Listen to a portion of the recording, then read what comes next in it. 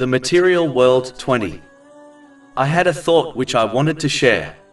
It is part of normal behavior to fear losing one's possessions.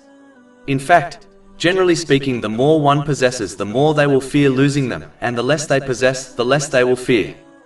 This is just like the person who goes out in the middle of the night while possessing many valuable things, such as an expensive phone and tablet.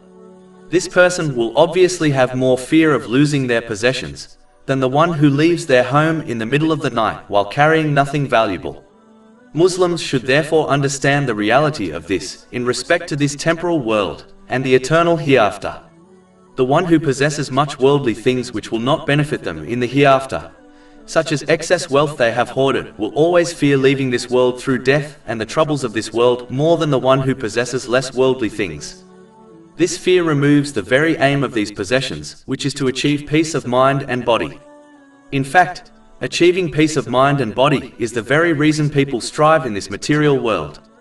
But in order to remove this fear, a Muslim does not need to become physically empty-handed. They only need to detach from their possessions spiritually. This is achieved when one only takes from this material world in order to fulfill their necessities and the necessities of their dependents, and then dedicates the rest of their worldly blessings towards the hereafter by using them as prescribed by Islam. This will ensure that they truly own their possessions instead of their belongings possessing them. This will also remove the fear of losing their possessions, as they have already sent them forward to the hereafter for safekeeping.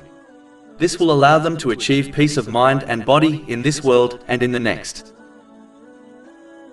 Over 400 free ebooks, audiobooks, infographics, podcasts and blogs available on our website, www.shakepod.com.